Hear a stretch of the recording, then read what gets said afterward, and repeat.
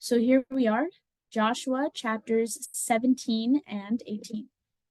So we are talking about the continuation of the allotments that the children of Israel had with all this conquered land, the promised land, the land of Canaan. We're talking about the allotments between the tribes, Joshua 17 and 18. So chapter 17. So what I'm trying my best to do, I struggle with this every time that that I have to lead the lessons. I start going into discussion in the middle of the summary. So let me try to get the summary over as quick as I can so we can all get to discuss. But chapter 17, it talks about the descendants of Manasseh. Last chapter, we were talking about the allotments for the tribe of Judah and the tribe of Ephraim.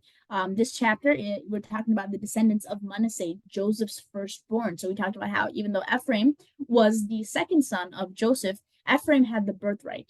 And even Manasseh is Joseph's little legitimate firstborn, but he did not have the birthright. But we're talking about the allotments for his tribe here. So we talked about Zelophehad's daughters, who we saw numerous times in the previous books because they had approached Moses with their situation. And their situation was basically their father had no sons. And there was nothing mentioning whether daughters could or could not inherit the land, and they didn't want their father's name and legacy, a sort of line in the family to just be lost after their father's death. So God approved of this and allowed Zelophehad's daughters to inherit for their father's land. So for the tribe of Manasseh, we see daughters or women who also were landowners. Yes, and like Zelophehad's daughters are mentioned several times over the course of the past couple of books because they approached Moses again regarding the fact that they were like, oh, if we marry into different tribes, then this land of our fathers, like that's for the family line of our fathers, that's going to be lost in marriage. So Moses made it so that they would marry within their tribe of Manasseh so that the land would be kept as the allotment of Manasseh. But yeah, but that's just some background we already knew. This is just sort of like a recall to that. Okay, so verses 7 to 11 is describing Manasseh's territory, just describing all the places that are included in that plot of land. In verses 12 to 13, we see that Manasseh, and when I say Manasseh, I'm not talking about the person Manasseh because he's long gone. We're talking about his descendants, right? His tribe. So the tribe of Manasseh was unable to possess every city that was allotted to them because of the Canaanites. Some Canaanites still resided there, and the tribe of Manasseh did not utterly drive them out, as it said in verse 13.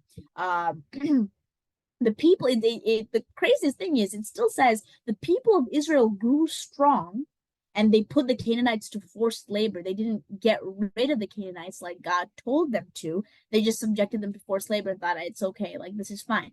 This is very similar to what their brother tribe Ephraim was doing in the last chapter. Ephraim also left parts of their territory still occupied by Canaanites, and Judah also, right? The Jebusites were still living in Jerusalem, even though God very clearly commanded them to not leave a breathing thing living in any of these nations. Why? We talk about this all the time. Back in Leviticus 18 and 19, it talks about how the sins of these people accumulated and was resulting in long overdue impending judgment. And judgment meant all of them had to be wiped out because of their sin that was laying heavy upon the land. But here we see the Israelites not getting the job done.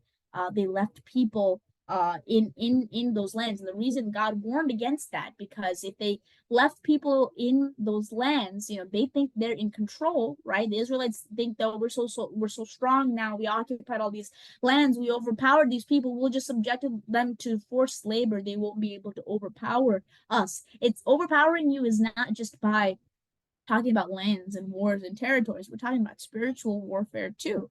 They're going to cause you to draw away from your God. They're going to lure you away from the covenant that the true and living God made with you. But here I am again, just spilling into discussion. So let me reel myself back in. We'll talk about that more later. The house of Joseph, which included both tribes, Ephraim and Manasseh, described as half tribes, Ephraim and Manasseh, question Joshua's small allotment for their large people. They go up to Joshua and they're like, this land is not enough for us because we're numerous people. And Joshua responds like, okay, since you're such a numerous people, go conquer go conquer more land that God has given us. Go conquer more of your land and make space for yourself. Clear more land of the Perizzites and the Rephaim. That's also God has given to us as land for us.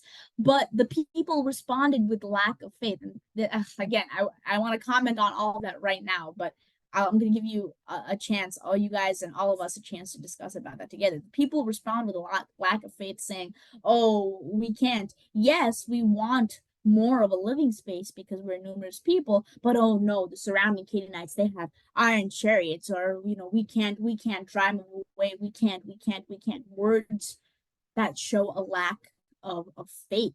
But Joshua responds in another way. He responds with faith. He says, no, you're going to go there, you shall drive them out, even though they have chariots of iron, even though they are strong. He responds with words of faith. And we're going to talk about the significance of those words, and the significance of the definition of faith that believers of God, that the covenant people of God should have. But yeah, that's a quick summary of chapter 17.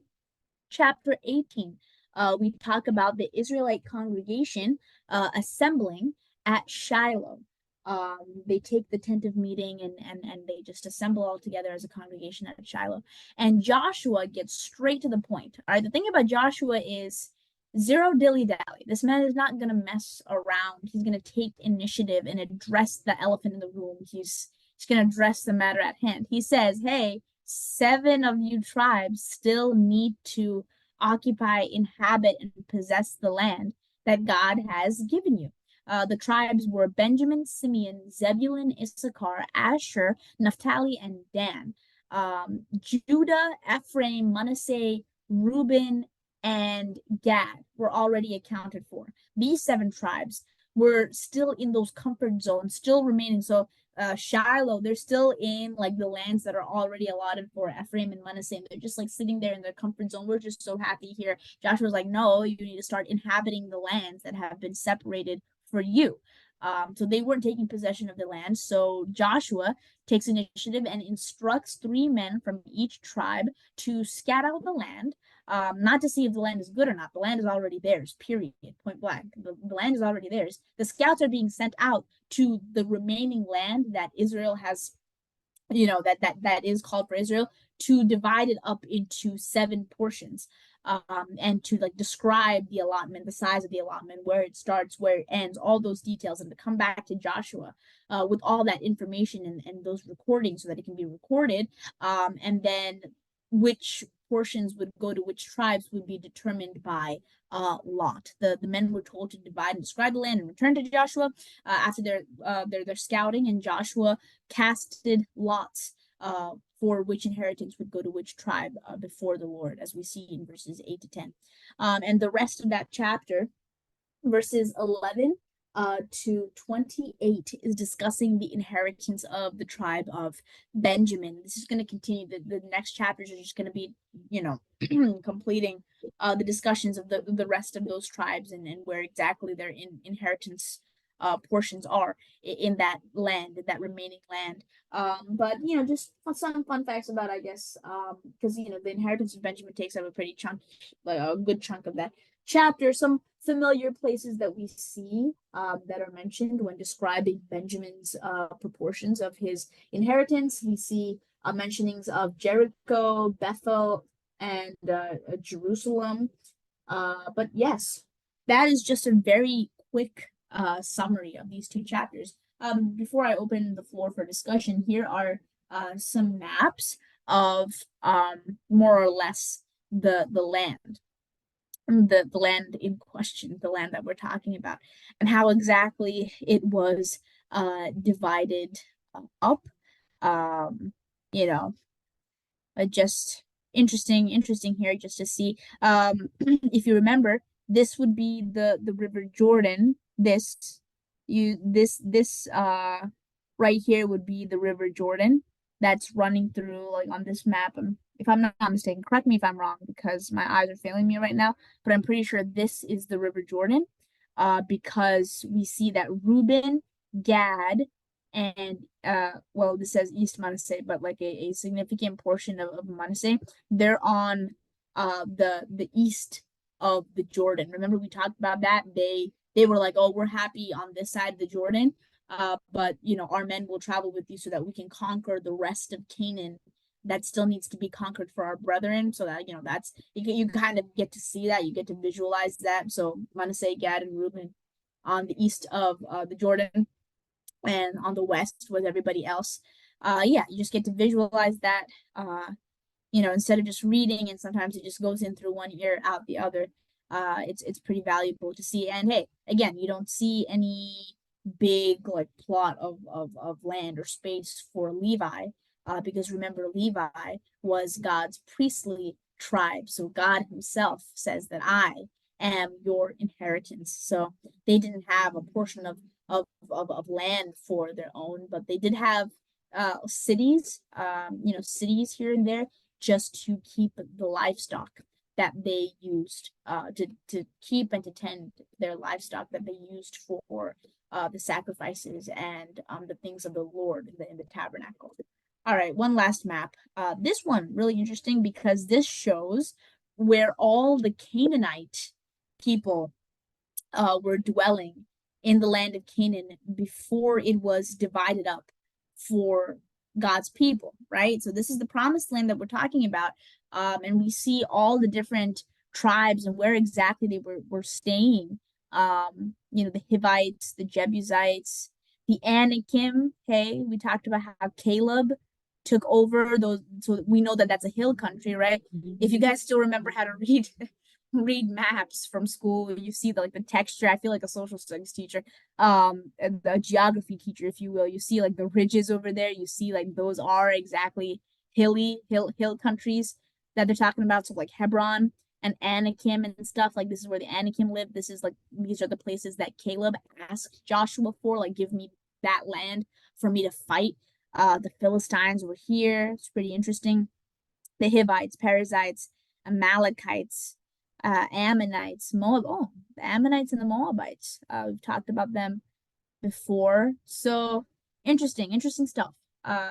Getting to see where exactly these people. Hey, and the thing is, just take a step back and realize that God wanted the Israelites to get rid of all like these people, like the people that were listed, whose judgment had to be paid in full. But keep in mind, the Jebusites, right? For the allotment of Judah, right? Where Judah is supposed to be on the map, the Jebusites at this point in time, right? In Joshua chapters like 16 and 17 and 18, the Jebusites, there's a group of Jebusites that are still living in Jerusalem, right? For Ephraim, there's still, right, where Ephraim's territory, right? Take a look at where Ephraim's territory is supposed to be. I see like slight differences in between these two maps. Um, I wonder if that has to do with like later like modern day divisions or not, but I doubt it. But yeah, but it's interesting to see like the Ephraimites had to deal with Canaanites that still dwelt in um Canaanites who still dwelt in Gezer. So yeah, you see Gezer, right, where you see the Philistines, right? The Philistines near like the Mediterranean Sea. You see Gezer right there. That's where Canaanites still resided, and that was like inside Ephraim's territory. And we just talked about Manasseh too, right? So I think this is talking about Manasseh on the west of the Jordan. So I think like Manasseh was sort of like split up, I think. Part of Manasseh or yeah, like Manasseh had territory on the east side of the Jordan and the west side of the Jordan. So in the west side of the Jordan, we just talked about how Manasseh did not drive out the Canaanites that were in certain villages, and it just goes to list certain villages, but they didn't drive them out. So again, God wanted these people to be driven out because they did not turn back to the Lord. The time of their judgment was up.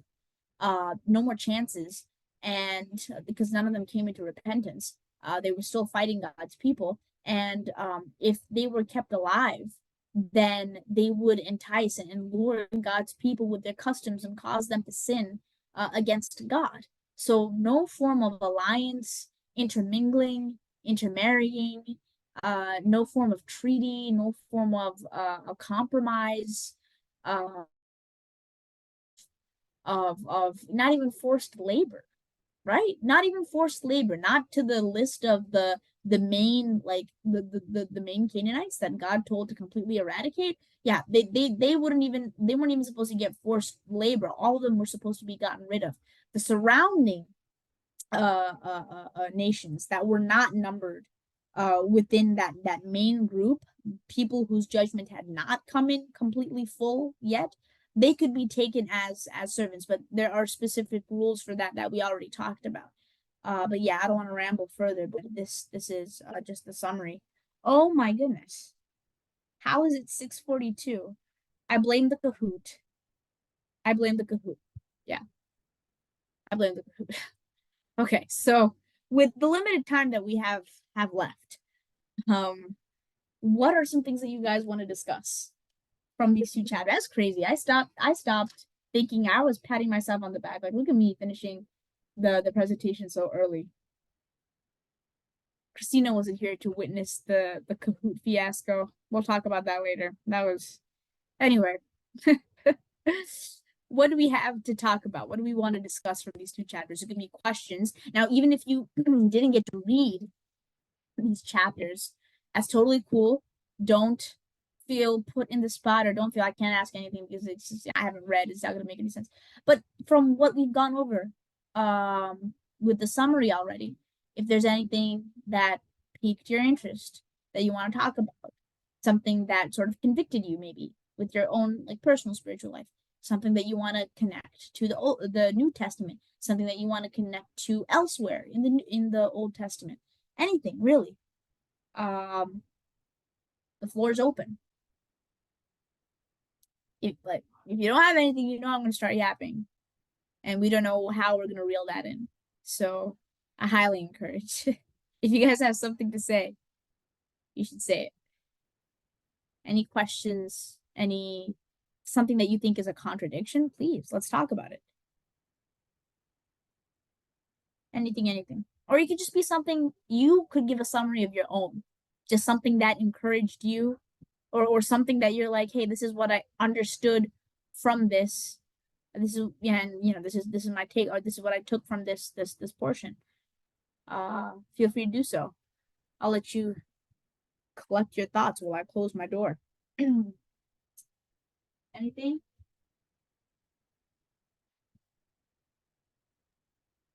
Chapter 18, where it talks about the country was brought under their control. Chapter 18 was like 1, 2, 3. Mm-hmm. There were still 7 Israelite tribes who had not yet received their inheritance, and then Joshua was asking them, like, how long will you wait before you begin to take your possession of the land that the Lord, the God of your fathers, has given you? Like, were they hesitant to go get their land? Like, they reached all the way up to Canaan. They Mm-hmm. couldn't, like, take Yeah, further action.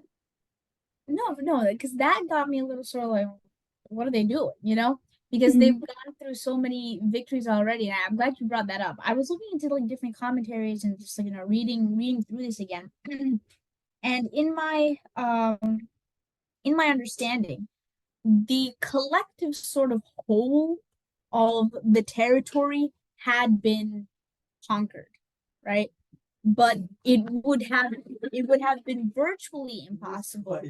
I think it would be virtually impossible for them to actually travel as an entire wave of the congregation, going through everywhere and getting rid of everybody. At one point, like the the big battle of, and like, so, I don't know if this is even me understanding this correctly, but like securing the perimeter, if you will. I don't know. But like, okay, the land has been more or less subdued, but there are still people, there's like sprinkles of people here and there because this is a pretty big territory that we're talking about, right? And Israel, in and of itself, like the people, it, they're not that like large. So it's not like through this campaign they just got rid of every single soul that was living in Canaan at this point. Not yet. The probably like the what's the word? The brunt of the battle was probably over, but still battles still needed to continue. Probably battles that were probably like unnecessary for the entire congregation of Israel, right? All the men of all the tribes to fight. That wasn't necessary anymore. Remember when Moses was telling Reuben and Gad and the half tribe of Manasseh. I realize now that I've been interpreting that phrase wrong. Half tribe of Manasseh. I have a feeling that it was they're just talking about the tribe of Manasseh that's split in half. Yeah. I don't think I realized that then. I was just under the impression that they called Ephraim one of the halves and Manasseh the other halves, but I think that's wrong. Okay, back to the point. Uh, when Moses was like, "You need to fight for your brothers with your brothers until all of the land is secure." I think the term "all of the land" means like the brunt of the land, like because you notice how it says in verse 18 or not verse 18 chapter 18 of the thing where it says chapter 18 verse 1, right? Then the whole congregation of the people of Israel assembled at Shiloh and set up the tent of meeting there. The land lay subdued before them. So a lot of the land had already been conquered, but there were still like mini battles that needed to be fought. And what you said, Reba, I think tracks. Like these people, for these tribes, I guess, were hesitant or they were either, I don't know, like just exhibiting a lack of faith, perhaps through laziness or procrastination. It could have even been like just being so comfortable with where they're at right now because they've been really used to being nomads. You know what I'm saying? They've been traveling, they've been setting up tent one place and then getting up and pitching up tent at another place, right? They just came from Gilgal. Now they're setting up tent at the congregation tent at what's it called? Shiloh. But that's the point. There shouldn't be a congregation tent anymore. You know what I'm saying? They're all supposed to like now go in and possess their respective inheritances. The big inheritance of the promised land, Canaan. We got that. Now go in and fight your separate battles to get your allotted, specific, separate territories, I believe, is what Joshua is telling them, if that makes sense.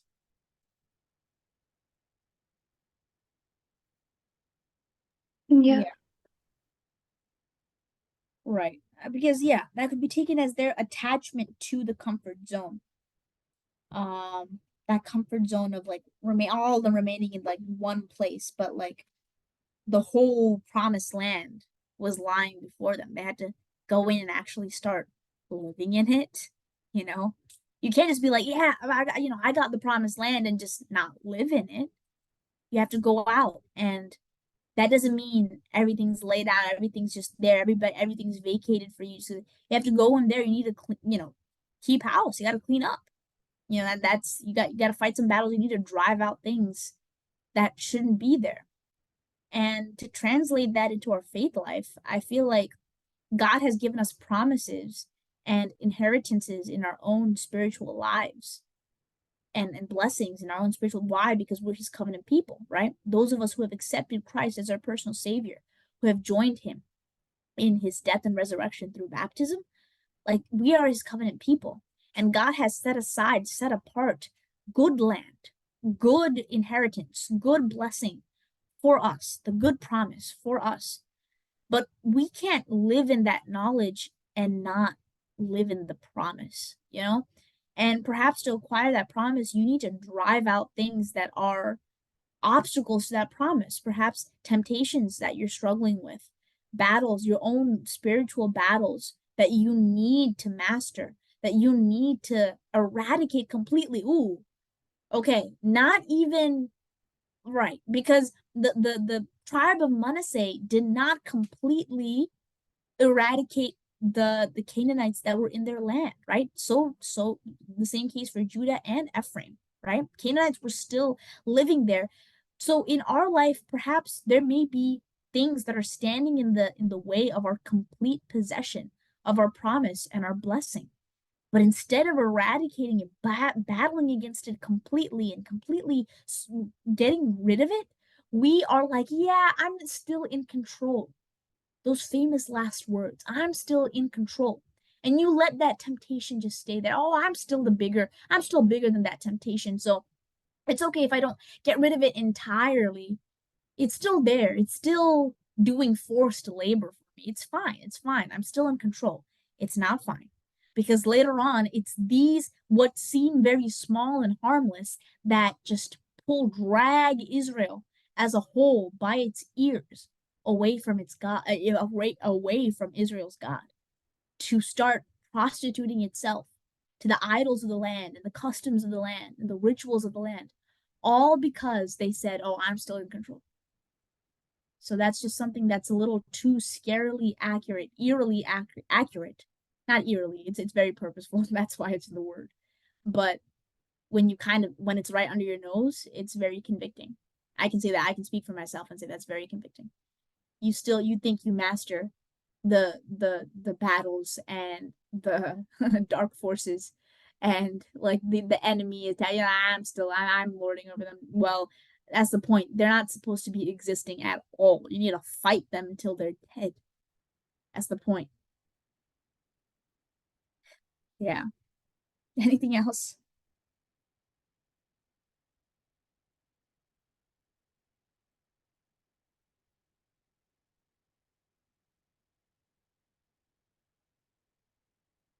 Something that I found funny was with the lack of faith of the house of Joseph, which I thought was pretty ironic, pretty sort of funny. Because when we like talk about Joseph and like just the icon he was, right?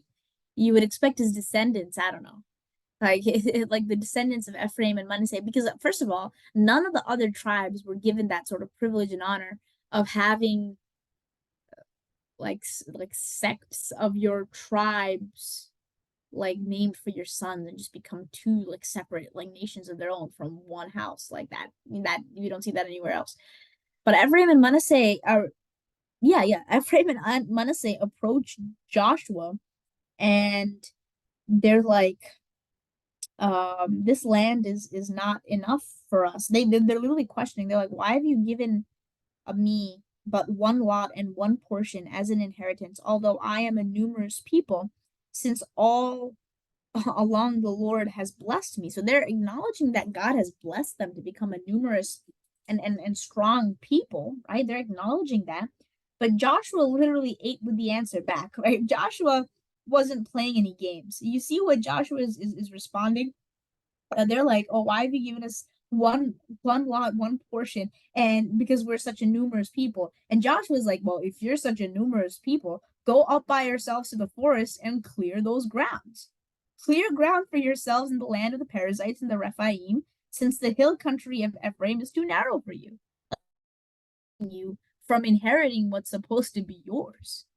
You know, we stuff ourselves in a corner and we're like, this is not enough room for me. I need more. And this is not you being greedy for more. Let's be real for a second. Like they were like actually literally numerous and they needed more land, but they're afraid of pursuing it and they're afraid of going out and fighting for what has God is giving to them, right? And Joshua's like, yeah, so because you're so numerous, go out and get what's supposed to be yours.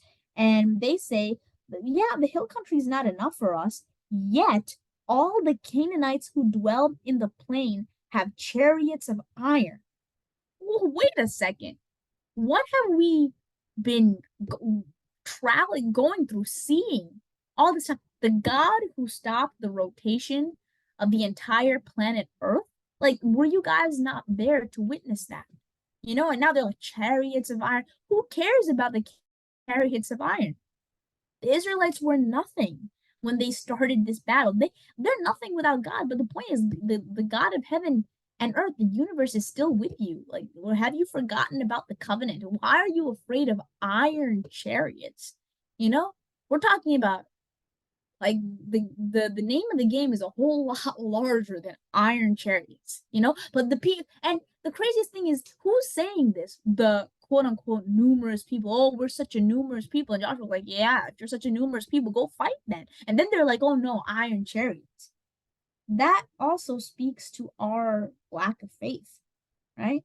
It sounds a lot like the previous generation of the Israelites who never got to possess this land, even though they could have, because of how much they glorified their enemy, glorified the obstacles instead of understanding the glory of their God, right? They're like, oh, look at these giants who inhabit the land. It's a good land. It's a good land. But we're like grasshoppers compared to them, you know? And here we see their descendants, oh, like iron chariots. It's shameful, but that's us. That's literally talking about us. We've seen what God can do and what he has done for us. And we know that we need to expand into the things that God wants us to expand to, but we don't, even though we can, because we look at the iron chariots of the enemy, the iron chariots of the problems and the troubles. Even though God is waiting for you to take a step of faith and just go and obey and stop hardening your hearts so that he can work. We are the ones who are stifling God's work. That sounds weird, doesn't it? How can man, God's creation, stifle God's work? How do we have the ability or the authority or the power to do that? Well, that's just how it is, because God has made a covenant with us. And he's always going to be looking out for the best for us. But we need to let him. We need to allow him. We need to take our hands out of the steering wheel, take our hands or take our head out of the pit of self-pity and citing our own weaknesses and citing the strengths of the enemy. We are the ones who are stifling the breakthroughs and the deliverances in our own lives.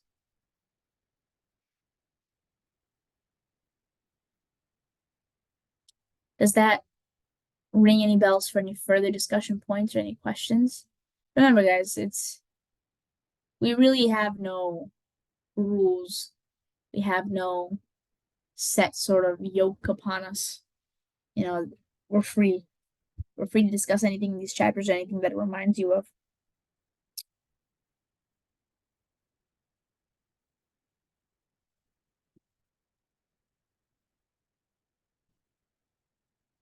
Anything else?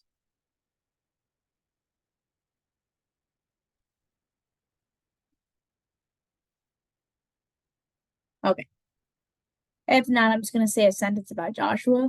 I said this already during the presentation, but Joshua's leadership, you know, it's totally not just Joshua, but we know that he wouldn't receive this spirit of authority, this capability to lead, because that's not in him naturally.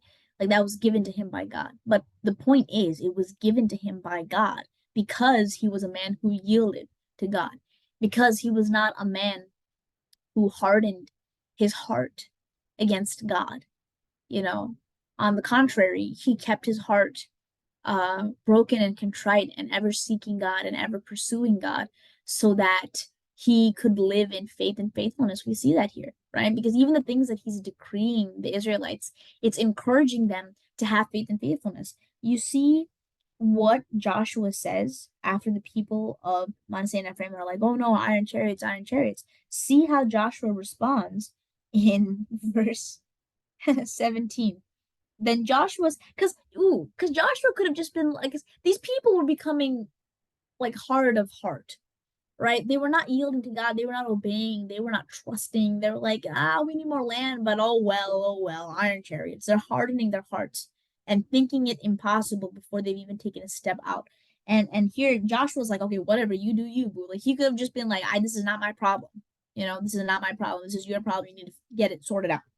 What Joshua says it to the Ephraim and Manasseh, in verse 17, you are a numerous people and have great power.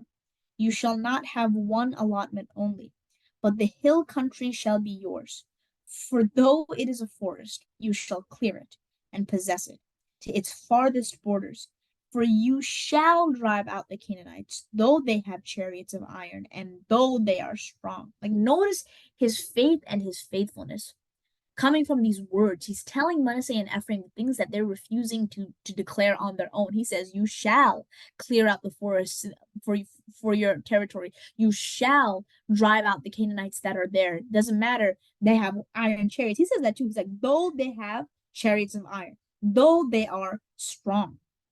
You see that? Like, he's able to say our God is stronger than their iron chariots and their own might. And also realize this, our faith is not a delusion, okay?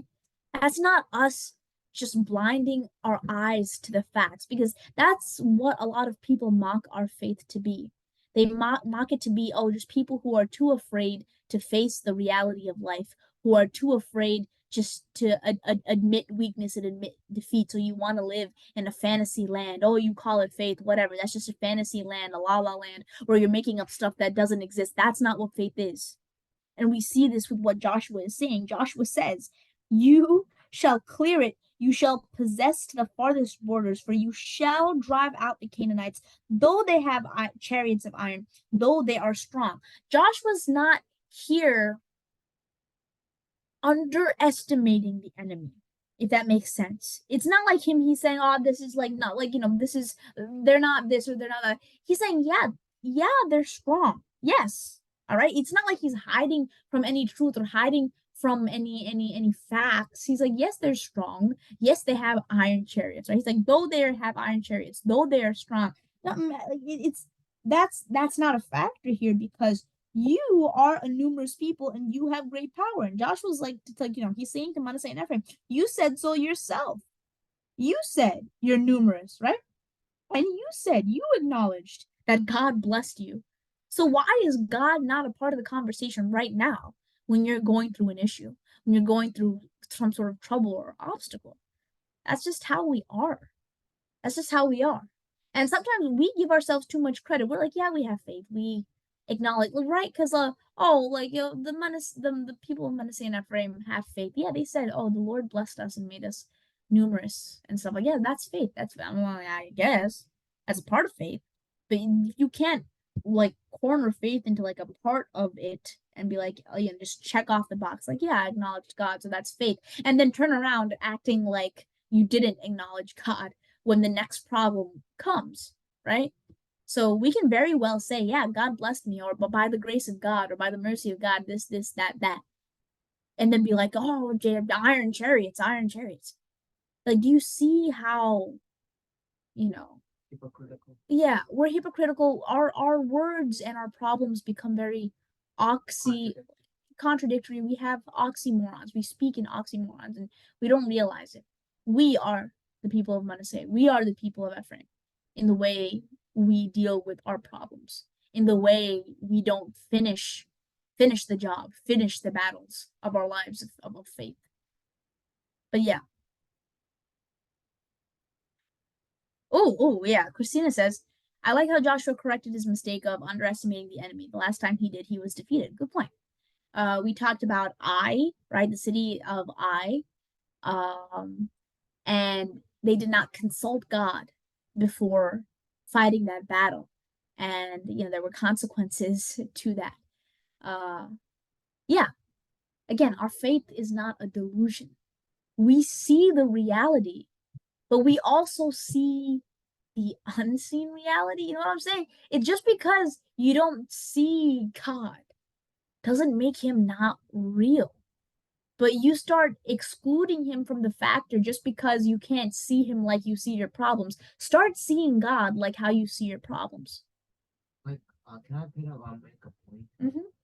It's just like how air is like the air you breathe around. We cannot see it, but we know that it's there. Just like that, God is there, even though we cannot see it. Yeah, that's a great metaphor, right? And we don't think about breathing, but we do it, right? So, yeah, it transcends reality without excluding reality. That's what faith is. The reality is still there. Joshua's like, yes, though the chariots of fire, though the Canaanites have strength, all of that is true. We're not saying that it isn't. But the point is, sometimes your little earthly reality is excluding a whole lot more. It's excluding your God. Yeah. I'm preaching to myself today. I needed to hear that today. All right. Okay, so let's close the discussion here for Joshua chapter 17 and 18.